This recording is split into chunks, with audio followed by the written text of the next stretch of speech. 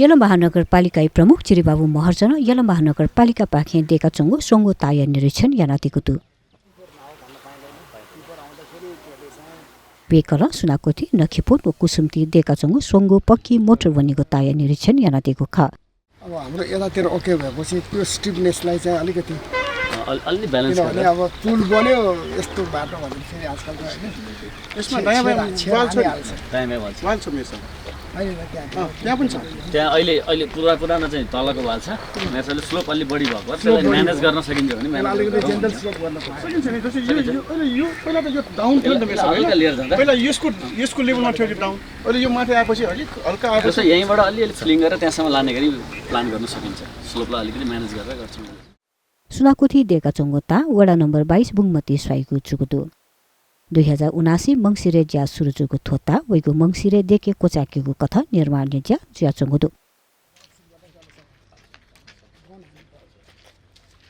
तुकिया लागत न्यागु कर चे च्यागु लख चे पेदो गुसो व छतका तका तया तगु दुसा अथे नखिपोट व पैसेपाती स्वाइगोता वैको फागुने देके कोचाकेको कथा तयारी ज्या चंगोदो आज हामीले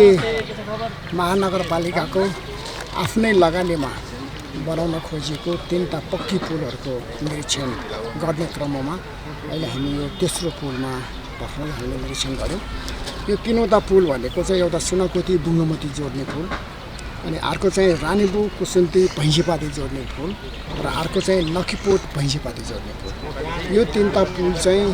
साह्रै महत्त्वपूर्ण पुलहरू हो यो पुलहरू नहुँदै गर्दा यतातिरको वाडी र पारीको नगरवासीहरूलाई चाहिँ आते जाति गर्नको निमित्त साह्रै गाह्रो परिरहेको सन्दर्भ छ त्यसर्थ अब यी पुलहरू निर्माण सम्पन्न हुनासाथ मलाई जहाँसम्म लाग्छ यहाँको नगरवासीहरूको दिनचर्या अति सहज हुनेछ र ट्रान्सपोर्टेसनको सन्दर्भमा पनि एकदमै भेहिकल ट्रान्सपोर्टेसन पनि अति सहज हुनेछ पेंगु करोड निगो लख खुइ च्यादो नेसो व नि च्यातकाय लागते निर्माण ज्याचंगु थु मोटरेबलता देकलकी वडाल्या 13 14 26 27 18 व 25 भैसेपाटीय बासिन्दा त सहज जी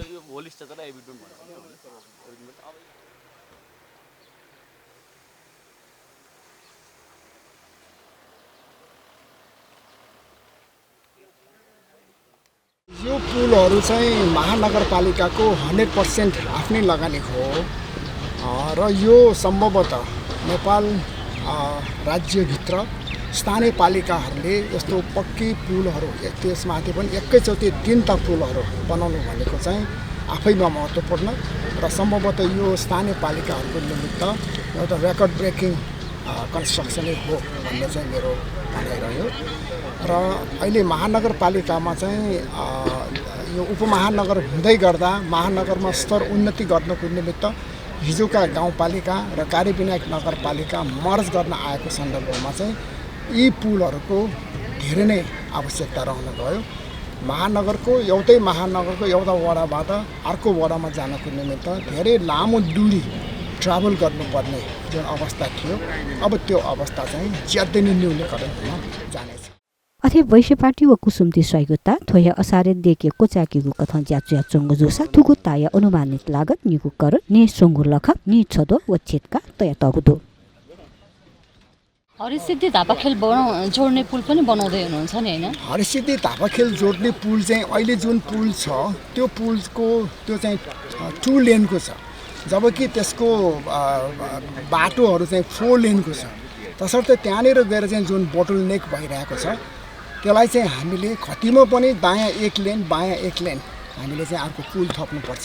त्यो गर्दाखेरिको अवस्थामा 4 लेन बाटोलाई चाहिँ 4 लेन पुलले सपोर्ट गर्छ र ट्राफिक कन्जेसन हुँदैन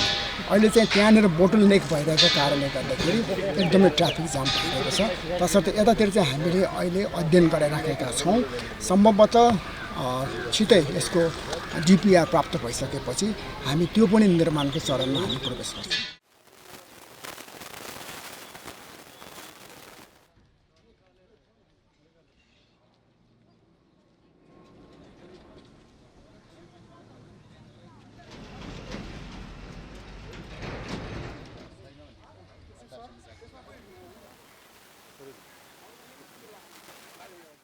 पुल जस्तो कुरा हो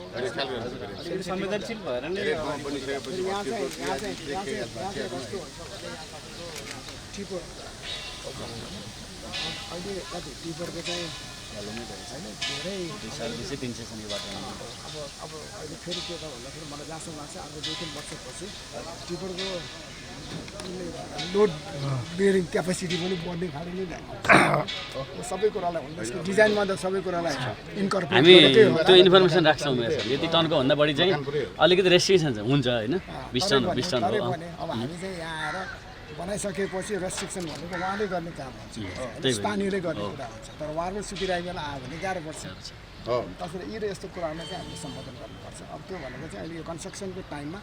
हामीले कङ्क्रिट पोरिङ गर्दाखेरि अब इन्फोर्समेन्ट त सबै राम्रो छ त्यसलाई फेरि अब हामीले क्लिनिङ गर्दाखेरि राम्रोसँग क्लियर गर्नुपर्छ है कति गर्नु भइहाल्छ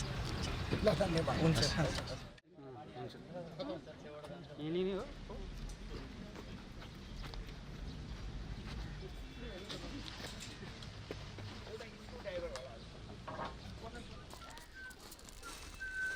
एउटा